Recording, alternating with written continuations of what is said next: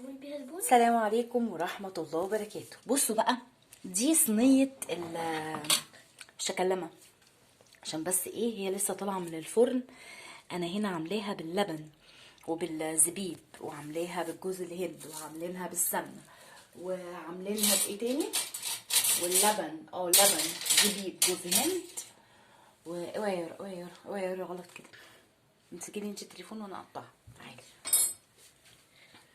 طبعا هي من الحوافر زي ما انتوا شايفين. بصوا، بس هي المفروض ان هي بتطلع بتتساب شويه عشان تطلع القطعه بقطعتها، فهي لسه سخنه، فبالتالي بس اقسم بالله انا عايزه اقول لكم طعمها جبار جبار جبار جبار. ونقطع كمان حته كمان.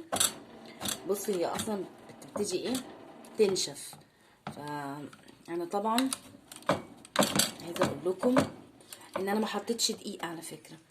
انا حطيت لبن وسمنه، وحطيت ايه تاني قلنا، وحطيت لبن وجوز هند، وحطيت نشا.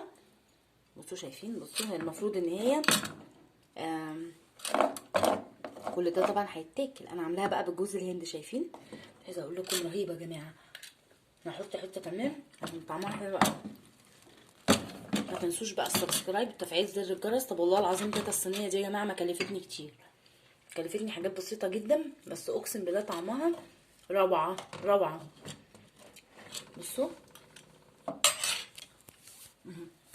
شايفين. هو انا بس ايه مش اتحرقت يعني، اتعملت مني من الجوانب، بس هي زي الفل. ماشي.